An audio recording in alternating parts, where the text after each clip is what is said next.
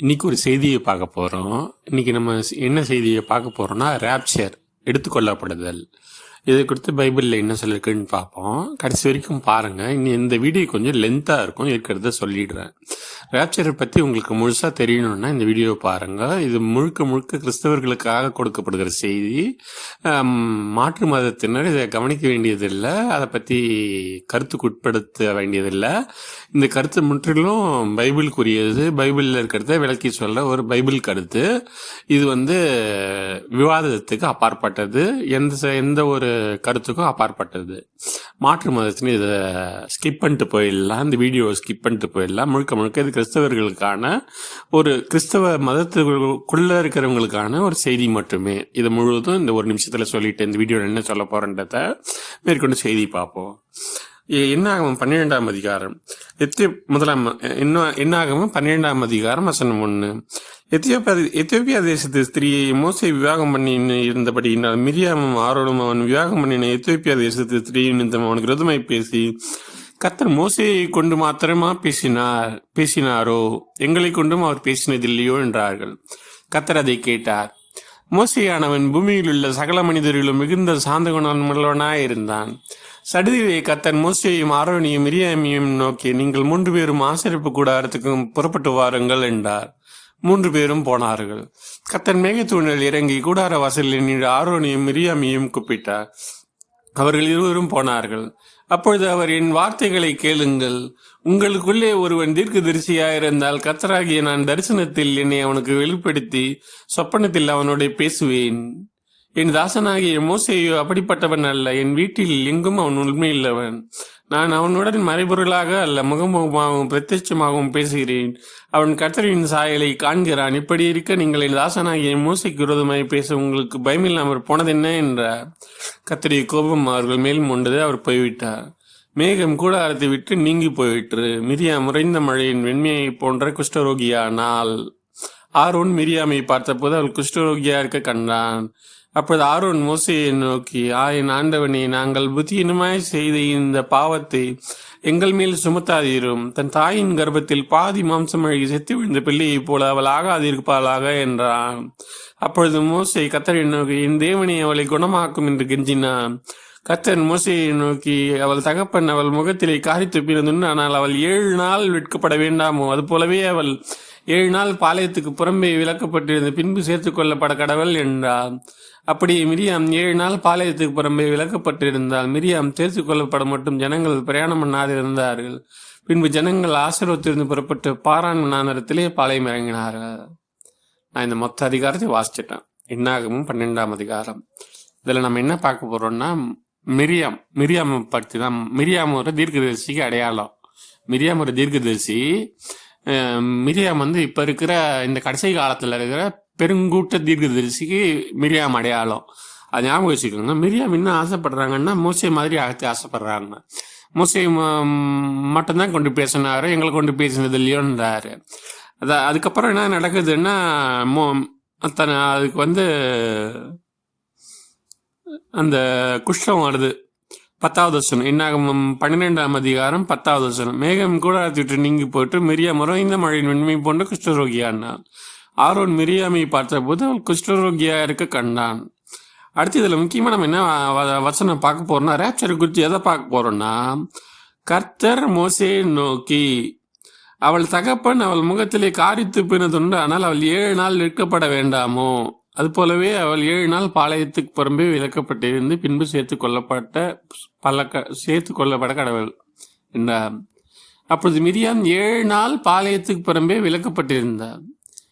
இப்போ சபையை பற்றி பார்க்க போகிறோம். மிரியாம் சேர்த்து கொள்ளப்படும் மட்டும் ஜனங்கள் பிரயாணம் பண்ணாதிருந்தார்கள். அதாவது பெருங்கூட்ட தீர்க்கதரிசிகள்னால பெருங்கூட்ட சபை, அதாவது மிரியாம் சேர்த்து கொள்ளப்படும் மட்டும் ஜனங்கள் பிரயாணம் பண்ணாதிருந்தார்கள். 3 வகையான ரேப்சர் நம்ம இப்போ பார்க்க போகிறோம். ஜனங்க பார்க்கறேன்னு சொல்றாங்க, அதை குறித்த கருத்துக்களை பார்க்க போகிறோம். Pre rapture or escape rapture. சபை எடுத்துக்கொள்ளப்படும். வருகைக்கு முன்னாடியே அதாவது உபத்திரவ காலத்துக்கு முன்னாடியே சபை எடுத்துக்கொள்ளப்படும். 7 வருஷ காலத்துக்கு முன்னாடி எடுத்துக்கொள்ளப்படும். இது சாத்தியம் இல்லை. அதாவது எஸ்கேப் ரேப்சர் சாத்தியம் இல்லை, எவ்வகையிலும் சாத்தியம் இல்லை. ஏன்னா கர்த்தர் பாரபட்சம் உள்ளவர் அல்ல. அதாவது நம்மெல்லாம் பரிசுத்தமாயிட்டோம், பூமியில் இருக்கிற மற்றவங்கெல்லாம் பரிசுத்தமாகல, தேவன் நம்மளை எடுத்துக்கொள்வார்ன்றது சாத்தியமே கிடையாது. எவனும் அந்த அளவுக்கு பரிசுத்தமாகல, எவ்வளோ பெரிய ஊழியக்காராக இருந்தாலும் எல்லாரும் பாவம் மாம்சம் உள்ள சரீரத்தில் தான் இருக்கிறோம், இன்னும் பாவம் செய்து தான் இருக்கும். அவங்க மனசாட்சிக்கு தெரியும். அதனால் அதை குறித்து அதிகம் விவாதிக்க வேண்டியதில்லை, பேச வேண்டியதில்லை. அதனால் ஒருவன் கூட நீதிமான ஆகலை, ஒருவன் கூட பூரணப்படலை. அதனால் ஒருவர் கூட ப்ரீ ரேப்சரில் போக போகிறது இல்லை. அவன் எப்பேற்பட்ட தீர்க்கதரிசியாக இருந்தாலும் சரி, எப்பேற்பட்ட ஊழியக்காரனாக இருந்தாலும் சரி, எப்பேற்பட்ட அக்னி அபிஷேகத்தை பெற்று இருந்தாலும் சரி, அவன் வரும்போது 1 கிலோமீட்டருக்கு முன்னாடியே பேய் ஆடினாலும் சரி, அவன் வரும்போது 1 கிலோமீட்டருக்கு அந்தாண்டியே இருக்கிற பேய் ஓடினாலும் சரி, அவனும் பரலோகத்துக்கு போக முடியாது. ஒருவனும் நீதிமானாகனால ப்ரீ ரேப்சரில் எடுத்துக்கொள்ளப்பட போகிறதில்ல. இது முதல்ல தெரிஞ்சுக்க வேண்டியது. ப்ரீ ரேப்சரை பற்றி விவாதிக்க வேண்டியதே இல்லை. இது நம்ம விலக்கிவிட்டு போக வேண்டியது தான். அடுத்து மிட் ரேப்சரை பற்றி என்ன சொல்லணும்னா, மிட் ரேப்சரும் கிடையாது. மிட் ரேப்சர் பற்றி பைபிளில் எங்கேயுமே சொல்லலை. 3 வருஷம் உபத்திரவம் இருக்கும், 3 வருஷம் கடுகு உபத்திரவம் இருக்கணும். என்ன சொல்லிட்டாங்கன்னா, நடுவில் இவங்க சரியாக 2ஆக பிரிச்சிடுறாங்க. மிட் ரேப்சர் இருக்கும்னு. மிட் ரேப்சர்லேயே யாரும் போக போகிறது இல்லை. ஏன்னு வச்சுக்கோங்களேன், முதல்ல சொன்ன கட்டளையே தான். இந்த 3 வருஷத்துலேயும் சபை பூர்ணப்பட போகிறது இல்லை. சரி, அப்போ போஸ்ட் ரேப்சர், ஏசு கிறிஸ்து வந்ததுக்கப்புறம் நம்ம ரேப்சரில் போகணும்னு அவசியம் இல்லை. சரிங்களா? மிட் ரேப்சருக்கும் ப்ரீ ரேப்சருக்கும் ஒரே கண்டிஷன் தான். அதாவது சபை பூர்ணப்பட போகிறது இல்லை, சபையில் ஒருத்தர் கூட பூர்ணப்பட போகிறது இல்லை, ஒரு முழு பரிசுத்த நிலையை அடைய போகிறது இல்லை, தேவன் எதிர்பார்க்கிற பரிசுத்தம் ஒருத்தர் கூட இருக்க போகிறது இல்லை. நீங்கள் நினைக்கிற அதாவது உங்களுக்கு ஒரு பரிசுத்தன்றது நீங்கள் மெஷர்மெண்ட் வச்சு அளக்கிறது. தேவன் நினைக்கிறது, தேவன் அழகிற பரிசுத்தம் வேற. இப்போ ஒரே ஒரு நிமிஷம் சொல்ல கேளுங்க. கர்த்தர் மோசேயை நோக்கி, அவள் தகப்பன் அவள் முகத்தில் காரி துப்பினதுண்டானால் அவள் 7 நாள் விற்கப்பட வேண்டாமோ, அது போலவே அவள் 7 நாள் பாளையத்துக்கு புறம்பே விலக்கப்பட்டு இருந்து பின்பு சேர்த்துக் கொள்ளப்பட கடவுள் என்றார். இது பெருங்குட்ட தீர்க்கதரிசிகளுடைய நிலைமை. ஒரு காரி துப்பின நிலைமை அதை வைக்க போறாரு, சபைக்கு புறம்பாக்கி போட போறாரு. சபையோட நிலைமை அப்படியே மிரியாம் 7 நாள் பாளையத்துக்கு புறம்பே விலக்கப்பட்டிருந்தால் மிரியாம் சேர்த்துக் கொள்ளப்பட மட்டும் ஜனங்கள் பிரயாணம் பண்ணாதிருந்தார்கள். மொத்த ஊழியக்காரர் மேலேயும் காரித்து பண்ண நிலைமை இருக்கும்போது சபை பிரயாணப்படாது. பிரயாணப்படாது. உபத்திரவத்திலையும் கடும் உபத்திரவத்திலையும் இருந்தே ஆகணும், வேற வழியே இல்லை. நீங்க யோசிச்சு பாருங்க. ஒரு இந்த பைபிளில் பொறுத்த வரைக்கும் எண்கள் அந்த எண்கள் ரொம்ப முக்கியமானது.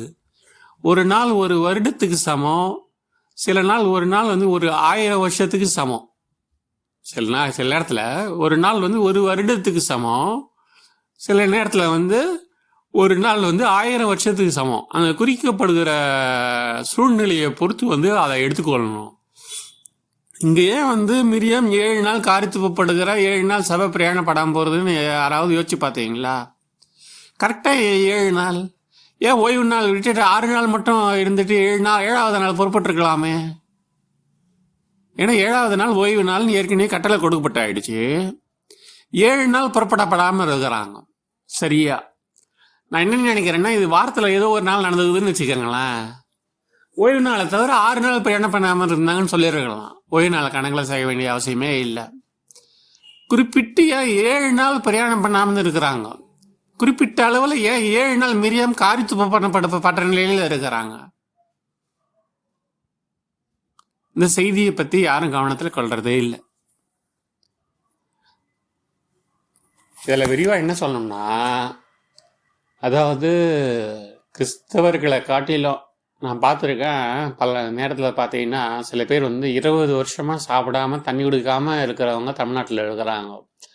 சில பேர் பார்த்தீங்கன்னா இந்த இந்தியாவில் ஒருத்தர் இருந்தார், 39 வருஷமாக தண்ணி கூட சாப்பிடாம கூட இருந்தவங்க இருக்கிறாங்க. நம்ம சபை என்ன பண்ணுதுன்னா, நான் 40 நாள் புசியாமல் குடியாமல் இருந்தேன், அதனால் நான் பரலோகத்துக்கு போக போகிறேன், நான் பரலோகத்துக்கு எடுத்துக்கொள்ளப்பட போகிறேன், தேவன் என்ன, நான் பல முறை 40 நாள் உபவாசம் இருந்துட்டேன், 40 நாள் கடுங்காப்பி உபவாசம் இருந்துட்டேன், 40 நாள் தண்ணி கூட குடிக்கல, 40 நாள் சாப்பாடு கூட சாப்பிடல. நான் தானியேல் உபவாசம் இருந்தேன், நான் மோசேயின் உபவாசம் இருந்தேன், நான் இயேசு கிறிஸ்துவின் உபவாசம் இருந்தேன். அதனால் வந்து கர்த்தர் வந்து என்னை எடுத்துக்கொள்ளப்பட போகிறாரு. இதில் என்னென்னா என் சபை மட்டும்தான் எடுத்துக்கொள்ளப்பட போகுது. இந்த ஏரியாவில் இருக்கிற மற்ற சபை எடுத்துக்கொள்ளப்பட போகிறது இல்லை, இந்த மாவட்டத்தில் இருக்கிற மற்ற சபை எடுத்துக்கொள்ளப்பட போகிறது இல்லை, எங்கள் 10,000 பேர் இருக்கிற சபை தான் எடுத்துக்கொள்ளப்பட போகுது. இல்லை செருங்கூட்டமாக இருக்கிற எங்கள் 300 பேர் இருக்கிற சபை தான் எடுத்துக்கொள்ளப்பட போகுது. அந்த 10,000 பேர் இருக்கிற சபை எடுத்துக்கொள்ளப்பட போகல. நம்ம தேவன் சொன்ன வேலையை தவிர தேவன் செய்ய வேண்டிய வேலையை செய்ய ஆரம்பிச்சிட்டோம். அதாவது நியாயந்திருக்கிற வேலையை தேவன் செய்யணும். சுவிசேஷம் அறிவிக்க வேண்டிய வேலையை நம்ம செய்யணும். அதை மாற்றி தேவன் செய்ய வேண்டிய நியாய தீர்ப்பு வேலையை நம்ம எடுத்துக்கிட்டோம். நம்ம செய்ய வேண்டிய வேலையை தேவன் எடுத்துக்கிட்டார். தேவனே அறிவிக்க போகிறார். பலத்த விதத்தில் தேவன் அறிவிக்கிறார். எப்படின்னா, சபைக்கும் உபத்திரவத்தை கொடுக்க போகிறாரு, உலகத்துக்கும் உபத்திரவம் கொடுக்க போகிறாரு. தானாக பந்தி போகிறாங்க. தேவன் ஒருத்தர் இருக்கிறாருன்னு. தேவன் ஒருவர் இருக்கிறாருன்றது நிரூபிக்கிறதுக்கு யாருக்கும் அவர் தேவன் வந்து யாருக்கும் வக்காலத்து நாமாவுக்கு கையெழுத்து போட வேண்டிய அவசியம் இல்லை. எந்த வக்கீலுக்கு வக்காலத்து நாமாவுக்கு கையெழுத்து போடுற கதையாக தேவன் வந்து தனக்காக வழக்காடணும்னு யாரையும் வந்து வக்காலத்து நாமா கொடுத்து நியமிக்கிறது இல்லை. எந்த போதகரையும் நியமிக்கிறது இல்லை. எந்த 5 வகையான ஊழியங்களையும் நியமிக்கிறது இல்லை. அப்போ நீங்கள் கேட்கலாம், உங்களுக்கு வந்து வக்காலத்து நாமா எழுதி கொடுத்துக்கிறாருன்னு. யாருக்கும் எழுதி கொடுக்கறது இல்லை. தேவன் மேலே பாரமும் சபையின் மேலே பாரமும், இந்த பாரன்ற வார்த்தையை பைபிள் யூஸ் பண்ணக்கூடாதுன்னு சொல்லுது, மன்னிக்கும், அதை கடந்து யூஸ் பண்ணுறேன். தேவன் மேலே பாரம்னு இல்லை, ஒரு வருத்தம். தேவன் மேலே ஒரு வருத்தம். தேவனுக்கு இருக்கிற வருத்தம் எனக்கு இருக்கிறதுனால நான் பேசுகிறேன். தேவனுக்கு இருக்கிற வருத்தம் எனக்கு இருக்கிறதுனால பேசுகிறேன். அது பாரம் கிடையாது. பழைய ஏற்பாட்டில் ஒரு இடத்துல வரும், தேவனால் சுமரும் பாரம்னு சொல்லக்கூடாதுன்னு சொல்லிக்கிறார் ஒரு பைபிள் வசனத்தில். இனி எவனும் தேவனால் சுமரும் பாரம் சொல்லக்கூடாது. கர்த்தர் என்ன மறு உத்தரவு கொடுத்தாருன்னு தான் சொல்லணும்னு சொல்லியிருக்கிறார் பைபிளில். இது பைபிளில் குறிப்பிடப்பட்டிருக்கு. தேவன் என்ன மறு உத்தரவு கொடுத்தாருன்னு இன்னொருத்தர்கிட்ட கேட்கணுமே தவிர தேவன் என்ன பாரம் கொடுத்தாருன்னு கேட்கக்கூடாதுன்னு பைபிள் சொல்லியிருக்கு. அதனால் சொல்கிறேன், அதாவது நீங்கள் எதிர்பார்க்கிற மாதிரி ரேப்சரில் வந்தால் போயிடணும்னு இந்த மாதிரியான திட்டங்கள் போடாதீங்க. வாங்கின கடன்காரங்கிட்ட கடனை கொடுக்காம, இல்லை நம்ம கடனை அடைச்சிட்டோ கடனை வாங்காமலோ நம்ம வந்து எடுத்துக்கொள்ளப்படுறதில்ல, போக்குவரத்தில். பல பேர் வீட்டை விற்று கடன் அடைச்சின்னுக்கிறாங்க வேலைக்கு போகாமல். பல பேர் வந்து கடன் வாங்கி வீட்டை வாங்கினுக்கிறாங்க, எப்படியும் போயிடுவேன்னு 2 பேரும் சொல்லிடுறேன். மெதுவாக கடன் அடைச்சிக்கலாம், கடனை வாங்காதீங்க. மேற்கொண்டு கடன் வாங்காத பைபிளுக்கு உட்பட்டதில்லை. இதில் வந்து ஒருத்தரும் வந்து விதிவிலக்கு இல்லை. உலகத்தில் நிர்பந்தம், வேலையின்மை, இயலாமை காரணனால எல்லாருமே கடன் வாங்குகிறோம். இது இயல்பானது. ஆனால் வந்து தேவனுடைய வாக்குத்தத்தம் படிக்கும்போது தான் வந்து அது நீயும் கடன் வாங்காத இருப்ப, கடன் கொடுப்பான்னு ஒரு கட்டம் நம்மளுக்கு வரணும். அது தேவன் தரணும்னு வேண்டிக் கொள்கிறேன். சரி, நம்ம இந்த ரேப்சருக்கு வருவோம். பெரும்பாலான தீர்க்கதரிசிகள் ஏமாந்து போனது மிரியாமை போல தான். பெரும்பாலான தீர்க்கதரிசிகள் ஏமாந்து போனது மிரியாமை போல தான். மிரியாம் என்ன ஆசைப்பட்டாங்கன்னா மோசேயை போல ஆசைப்பட்டாங்க. இப்போ இருக்கிற தீர்க்கதரிசிகள் நம்மளும் என்ன ஆசைப்பட போகிறோன்னா, நம்ம ஏனோக்கு போலையும் எலியாவை போலையும் ஆகணும்னு ஆசைப்படுறோம். புரியுதுங்களா? நம்ம ஏனோக்கு போலையும் எலியாவை போலையும் எடுத்துக்கொள்ள போகணும்னு ஆசைப்படுறோம். சபை மேலே அந்த தீர்க்கதரிசி மேலே காரியப்பு போட போகிறாரு. சபை வந்து பிரயாணப்படாமல் தள்ளி நிற்க போகுது. தீர்க்கதரிசிகள் ஒரு கூட்டமாக ஒதுக்கி வைக்கப்பட போகிறாங்க. அதாவது பெருங்கூட்டமான சபை வந்து உபத்திரவ காலத்துலேயும் கடும் உபத்திரவ காலத்துலேயும் தனிப்பட்டு சபை நிற்க போகுது, ஊழியக்கார் இல்லாத நிலைமையில். அதனால தான் வந்து ஊழியக்கார் இல்லாத நிலைமையில் சபை இருக்க போகுதுன்னு தான் இப்போ இதை பற்றி போதிச்சுன்னு இருக்கிறோம். ஊழியக்காரன் நம்பியே வளாதீங்க, உங்கள் சொந்த காலில் நிற்க ஆரம்பிங்க, வசனத்தை படிங்க, வசனம் தான் உங்களுக்கு மருந்து. கிளியாத்திலே பிசிந்த இளம் இல்லையோ, என் ஜனமாகிய குமாரத்தை சுத்தமடையாமல் போனார், ரணவைத்தியம் அங்கே இல்லையோ. அதாவது தலைவலி வந்தாலும் குணமாகிறதுக்கு பிசிந்த இளங்குது. ஒரு சர்ஜரி தேவைப்படுற நேரத்தில் ரணவைத்தியருங்கிற ரணவைத்தியர்னா அறுவை சிகிச்சை செய்கிற நிபுணர். கிளியாத்திலே ரணவைத்தினும் கிளியாத்திலே பிசிந்த இளம் இல்லையோ ரணவைத்தினும் அங்கே இல்லையோ பின்ன ஏன் என் ஜனமாகிய குமாரத்தை சுஸ்தமடையாமல் போனான். அதுக்கு அடுத்த வசனத்திலே சொல்கிறாரு. அதுக்கு அடுத்த அதிகாரத்துடைய முதல் வசனம் இது 8வது அதிகாரம். அதுக்கு அடுத்த 9வது அதிகாரம். எரேமியா 8ஆம் அதிகாரம் கடைசி வசனம் இப்போ நான் பேசுனது. அதுக்கடுத்து 1வது வசனத்தில் என் தலை தண்ணீரும் என் கண்கள் கண்ணீர் விட்டுமானால் நலமாக இருக்கும். நீங்கள் நலமாக இருக்கிறதுக்கு நெருங்க வசனம் எடுத்து வாசிச்சிடுறேன். எரேமியா 8ஆம் அதிகாரம்.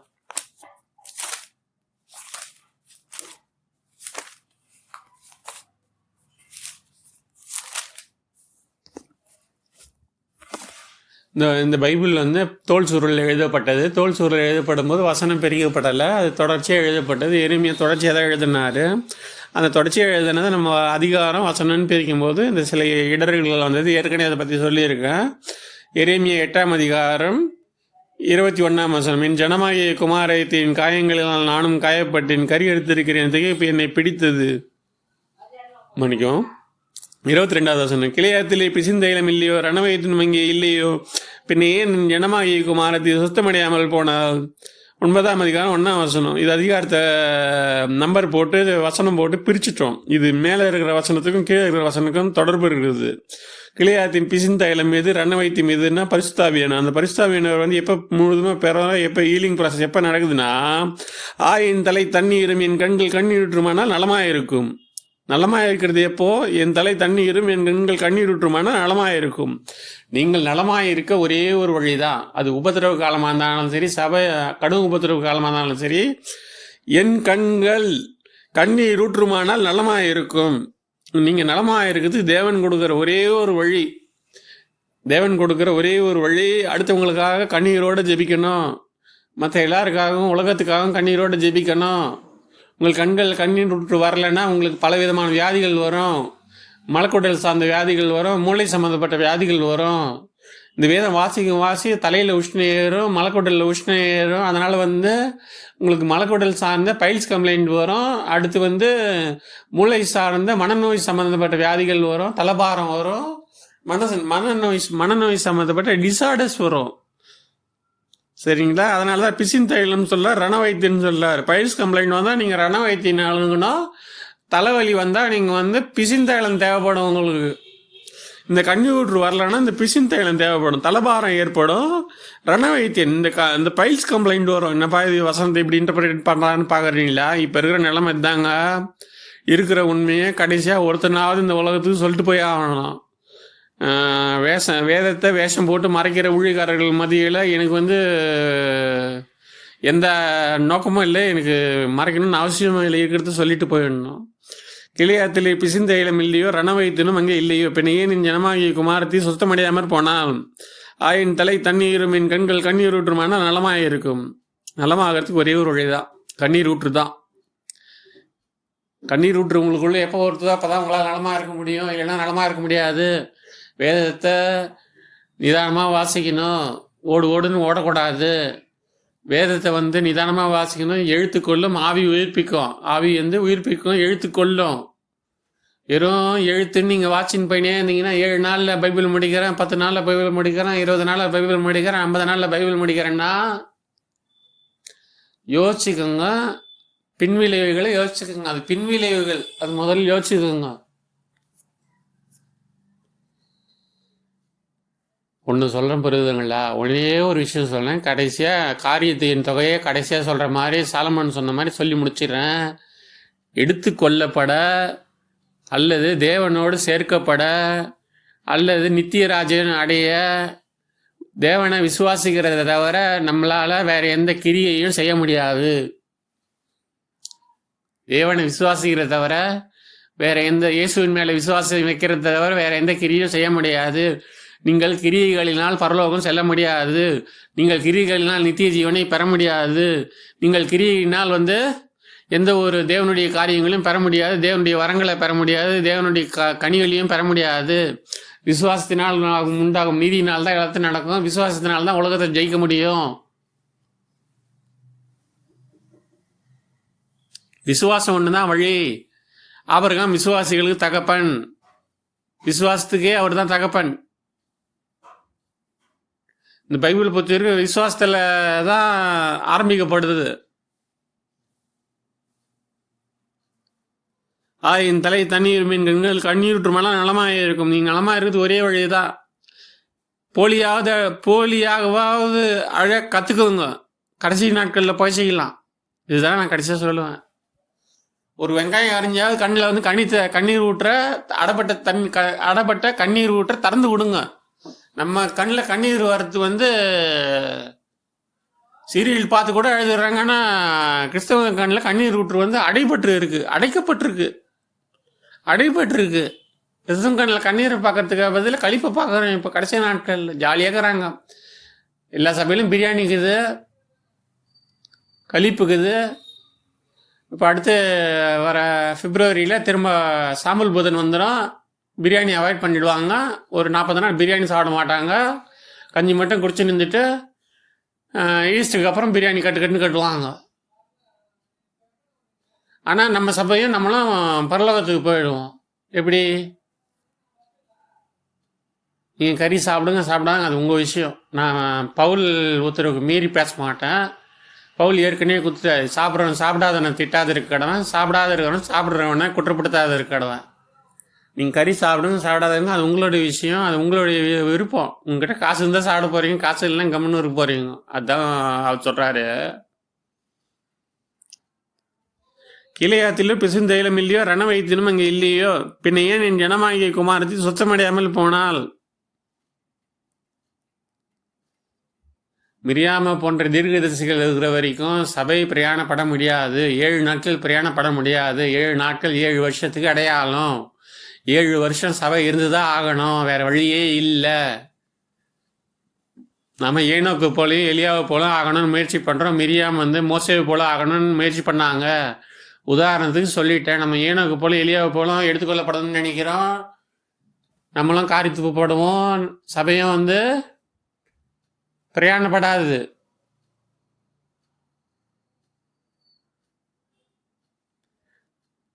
தேவனை நோக்கி கண்ணீரோடு ஜெபிப்போம். கண்ணீரின் பாதைக்குள்ளே கடந்து போக தேவன் நம்மளை அனுமதிப்பாராக. உபத்திரவத்துக்குள்ளே அனுமதிப்பாராக. கடும் உபத்திரவத்துக்குள்ளே அனுமதிப்பாராக. வேற வழியே இல்லை. நமக்குள்ள கண்ணீர் ஊற்று வரணும்னா அதை அனுமதிச்சு தான் ஆகணும். உலகத்தில் எத்தனையோ மாற்றுத்திறனாளிகள் கைவிடப்படுவாங்க. உலகத்தில் எத்தனையோ பேர் மனநலம் பாதிக்கப்பட்டவங்க கைவிடப்படுவாங்க. உலகத்தில் எத்தனையோ பேர் விதவைகள் கைவிடப்படுவாங்க. ஆனால் கிறிஸ்தவர்கள் மட்டும் பரலோகத்துக்கு போயிடுவாங்க. உலகத்தில் எத்தனையோ திக்கற்றவர்கள் கைவிடப்படுவாங்க.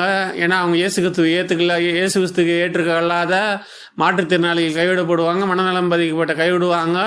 விதவைகள் கைவிடப்படுவாங்க. திக்கற்றவர்கள் கைவிடப்படுவாங்க. ஏற்றுக்கொண்டு ஜாலியாக சந்தோஷமாக இருக்கிற நீங்கள் மட்டும் பரலோகத்துக்கு போய் சந்தோஷமாக இருப்பீங்க. எப்படிங்க நியாயம்? எப்படிங்க உங்கள் உபதேசம்? இந்த உபதேசத்துக்கு பேர் என்ன உபதேசம்? பவுல் இன்னும் இந்த உபதேசத்தை பற்றி சொல்கிறாரு. 3 வேளை சாப்பிட்டுங்கிற உபதேசம். 3 வேளைக்கு பதில் 4 வேளை சாப்பிட்றவங்க ஆளெல்லாம் இருக்கிறாங்க. சில நேரத்தில் ஈட்டபிள் டிஸார்டர்லாம் வரும். அவங்க 4 வேளை சாப்பிடுவாங்க. சில பேர் 5 வேளை பிரித்து சாப்பிடுவாங்க. அவங்களெல்லாம் குற்றப்படுத்தலை. நான் என்ன சொல்கிறேன், ஊழிக்கார சொல்கிறேன். மிரியாமை போல காரித்துப்படுற நிலைமையில் இருந்து நீங்கள்லாம் எப்படி வசனத்தை பேசுகிறீங்கன்னு எனக்கு தெரியல. எடுத்துக்கொள்ளப்படுவோன்ட்டு அது உங்கள் சபையோடு எடுத்துக்கொள்ளப்படும், உங்கள் சபை மட்டும் தான் எடுத்துக்கொள்ளப்படும். எப்படி பேசுகிறேன்னு எனக்கு தெரியல. இது கிறிஸ்தவர்கள் உணர வேண்டிய நேரம். கிறிஸ்தவர்கள் தங்களை உணர வேண்டிய நேரம். கிறிஸ்தவர்கள் தங்களை ஆயத்தப்படுத்திக் கொள்ள வேண்டிய நேரம். பெரும்பாலான ஊழியக்காரர்களை சார்ந்து வாழாதீங்க. அவர்கள் பெயர்களெல்லாம் நான் குறிப்பிட்டு சொல்ல விரும்பல. இந்த ஊழியக்காரன் சார்ந்து வாழாதீங்க. பைபிள் அதற்காக எழுதப்படலைங்க. மனுஷனை நம்பதை பார்க்கலும் கர்த்தர் பேரில் பட்டுதலாக இருப்பதே நலம். மனுஷனை நம்புவதை பார்க்கலும் கர்த்தர் பேரில் பட்டுதலாக இருப்பதே நலம். பிரபுக்களை நம்புவதை பார்க்கலும் கர்த்தர் பேரில் பட்டுதலாக இருப்பதே நலம். நாசிகள் சுவாசமல்ல, மனுஷனை நம்புவதை விட்டு விடுங்கள், நம்பப்படுவதற்கு அவன் ஏமாத்திரம். மனுஷனை நம்பதை விட்டுருங்க. ஆனால் ஒன்று, எல்லா மனுஷனையும் சந்தேகப்படாதீங்க.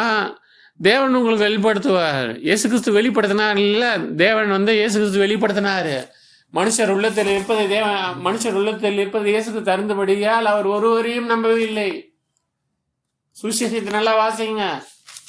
மனுஷர் உள்ளத்தில் இருக்கிறதை அவர் அறிந்திருந்தபடியால் அவர் ஒருவரையும் நம்பி இணங்கவில்லை. அவருக்கு மனுஷர் உள்ளத்தில் இருக்கிறது தெரியும். தேவன்கிட்ட கேளுங்க, வெளிப்படுத்துவாரு. தேவன்கிட்ட கேளுங்க, மனுஷர் உள்ளத்தில் இருக்கிறத வெளிப்படுத்துவாரு. நீங்க விசுவாசியா இருந்தாலும் உங்க ஊழியக்கார் உண்மையானவரா இல்லையாரான்னா தேவன்கிட்ட கேளுங்க, வெளிப்படுத்துவாரு. இந்த மந்தையில் இருக்கணுமா இருக்கக்கூடாதான்றது தேவன்கிட்ட கேளுங்க, தேவன் வெளிப்படுத்துவாரு. இவர் காணிக்கைக்காக வாழறாரா இல்லை உண்மையிலே தேவனுக்காக வாழறாரான்னு தேவன்கிட்ட கேளுங்க, அவர்கிட்ட போய் கேட்டுறாதீங்க. தேவன்கிட்ட கேளுங்க. மனுஷர் உள்ளத்தில் இருப்பதே இயேசு கிறிஸ்து அறிந்திருந்தபடியால் அவர் ஒருவருக்கும் இணங்கவில்லை, ஒருவரையும் நம்பவில்லை. இயேசு தான் நம்மளுக்கு முன்னுதாரணம். இயேசு பின்பற்றி தான் நம்ம வாழணும். அவருடைய வார்த்தையை பின்பற்றி தான் வாழணும். நினைவில் கொள்ளுங்க, இயேசு தான் நம்மளுக்கு முன்மாதிரி. அவரையே நோக்கி பாருங்கள், அவரை மட்டுமே நோக்கி பாருங்கள், அவரை குறித்தே யோசிங்க, இயேசுவை பற்றி யோசிங்க, இயேசு சொன்ன வார்த்தைகளை யோசிங்க, சுவிசேஷத்தை திரும்ப திரும்ப வாசிச்சு பாருங்க. சில காரியத்தெல்லாம் சொன்னா இப்போ தாங்க மாட்டீங்கன்றத அந்த காலத்துல இல்லை இந்த காலத்துலையும் சரி, சில காரியத்தை சொன்னால் சபை தாங்க முடியாத நிலைமையில் தாங்குது. என்ன பண்ணுறது? எல்லாம் கரவலான ஆடுகளாக இருக்குது. கொஞ்சம் வேகமாக துரிதமாக நடத்தினாலும் சோர்ந்து போகும். இது மனம் பாதிக்கப்பட்டு கண்ணீரோடு இருக்கிறவங்களுக்கு கஷ்டமாக தான் இருக்கும். அவங்களுக்கு என்னென்னா, நாங்கள்லாம் உபத்திரவப்படணுமானா உங்களுக்கு உபத்திரம் கிடையாது. ஏமாற்றுகிற கிறிஸ்தவர்களுக்கு உபத்திரமும் வரும். உண்மையாக இருக்கிற கிறிஸ்தவங்களை தேவன் காப்பாரு. தேவன் தம்முடைய தூதர்களை கொண்டு காப்பாரு. உன் வழிகளெல்லாம் உன்னை காக்கும்படி உனக்காக தம்முடைய தூதர்கள் கட்டளையிடுவார். உன் பாதம் கல்லில் இடராதபடிக்கு தங்கள் கைகளில் அவர்கள் ஏந்தி கொண்டு போவார்கள். என்ன சொல்றாரு? உன் வழிகளிலெல்லாம் உன்னை காக்கும்படி உனக்காக தம்முடைய தூதர்கள் கட்டளையிடுவார். உன் பாதம் கல்லில் இடராதபடி அவர்கள் தங்கள் கைகளில் உன்னை ஏந்தி கொண்டு போவார்கள். இது யாரை குத்தி எழுதுதுன்னா, உண்மையான கிறிஸ்தவர்களாக இருக்கிறவங்கள பற்றி எழுதுகிறது. வெறும் தாவீதை பற்றியோ சாலமோனை பற்றியோ ஒரு எழுதலை. தேவன் உண்மையுள்ளவருக்கு உண்மையுள்ளவராக இருக்கிறார், மாறுபாடு உள்ளவருக்கு மாறுபாடு உள்ளவராக இருக்கிறார், புனிதருக்கு புனிதராக இருக்கிறார். அதை ஞாபகம் வச்சுக்கோங்க. என் ஜனங்கள் ஒருபோதும் வெட்கப்பட்டு போவதில்லை, என் ஜனங்கள் ஒருபோதும் வெட்கப்பட்டு போவதில்லை. கண்ணீரோடு இருக்கிறவங்கள உபதிரவத்துக்கு உட்படுத்த மாட்டாரு. உபத்திரவ காலத்துல எல்லாருக்கும் உபத்திரவம் வரப்போறது இல்லை. யார் யார் ஏமாத்துறாங்களோ அவங்களுக்கு தான் உபத்திரம் வரப்போகுது. யார் யார் மாயமாலம் பண்ணாங்களோ அவங்களுக்கு தான் உபத்திரம் வரப்போகுது. யார் யார் பொய்யா இருந்தாங்களோ அவங்களுக்கு தான் உபத்திரம் வரப்போகுது. ஒன்று ஞாபகம் வச்சுக்கோங்க. எகிப்தில் பார்வோன் இஸ்ரவேலரை தடை பண்ணும்போது எகிப்தியர் மேலே வாதம் வந்தது, இஸ்ரவேலர்கள் மேலே வாதம் வரல. அதை நினைவு கொள்ளுங்க. எல்லாரும் இஸ்ரவேலர் அல்ல. அதாவது கிறிஸ்தவர்கள்னு பெயர் வைத்து கொண்டிருக்கிற, இல்லை நாங்கள் அபிஷேகம் பெற்றிருக்கோன்னு பெயர் வைத்திருக்கிற எல்லாரும் இஸ்ரவேலர்கள் அல்ல. ஆவிக்குரிய இஸ்ரவேலர்கள் யாரோ? ஆவிக்குரிய இஸ்ரவேலர்கள்னா உண்மையாக இருக்கிற கிறிஸ்தவர்கள்.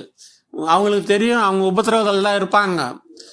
எத்தனையோ வருஷம் அடிமையாக தான் இருப்பாங்க. அடிமையிலையும் உபத்திரவத்திலையும் கண்ணீரிலையும் வேதனையிலையும் வருத்தத்திலையும் வலியிலையும் வியாதியிலையும் மரண அவஸ்தையிலையும் மரண பள்ளத்தாக்கில் நடக்கிற இஸ்ரவேலர்களை தேவன் கைவிட மாட்டாது. இது இஸ்ரவேலர்களுக்கான நற்செய்தி. இது உண்மையான கிறிஸ்தவர்களுக்கான நற்செய்தி. தேவன் உண்மையான இஸ்ரவேலர்களை காக்க தேவன் வல்லவராக இருக்கிறார், உண்மையுள்ளவராக இருக்கிறார். இன்னும் அந்த முக்கியமான விஷயத்த சொல்லிடுறேன்.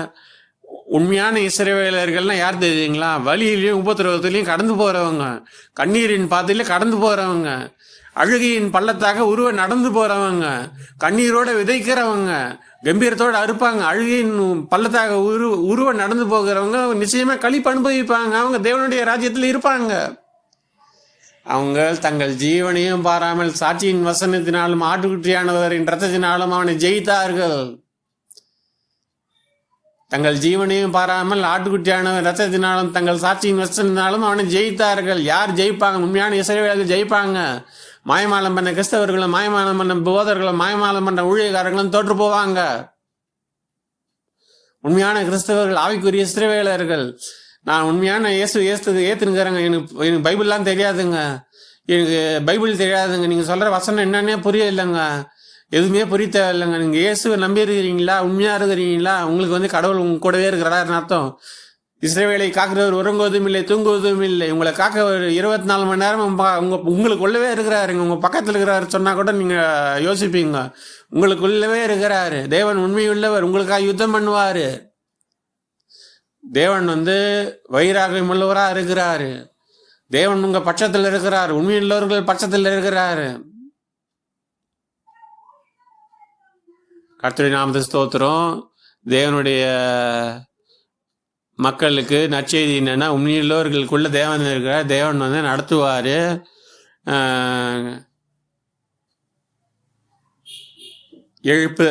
எழுப்புதல் இருக்குது. வருகை ரகசிய வருகை இல்லைன்னு கவலைப்படாதீங்க. தேவன் தம்முடைய ராஜ்யத்தில் உங்களை சேர்த்துக்கொள்ள, தம்முடைய களஞ்சியத்தில் கோதுமையை சேர்க்க தேவன் கவனம் உள்ளவராக இருக்கிறாரு. ஒரே ஒரு கண்மணியும் ஒரே ஒரு கோதுமை மணியும் கீழே சிந்த விடாம தேவன் தம்முடைய கோதுமையை தன் களஞ்சியத்தில் சேர்க்க தேவன் உண்மையுள்ளவராக இருக்கிறாரு. உண்மையுள்ளவர்கள் வருத்தப்பட வேண்டிய அவசியம் இல்லை. உண்மையுள்ளவர்கள் கவலைப்பட வேண்டிய அவசியம் இல்லை. உண்மையுள்ளவர்கள் வருத்தப்பட வேண்டிய அவசியம் இல்லை.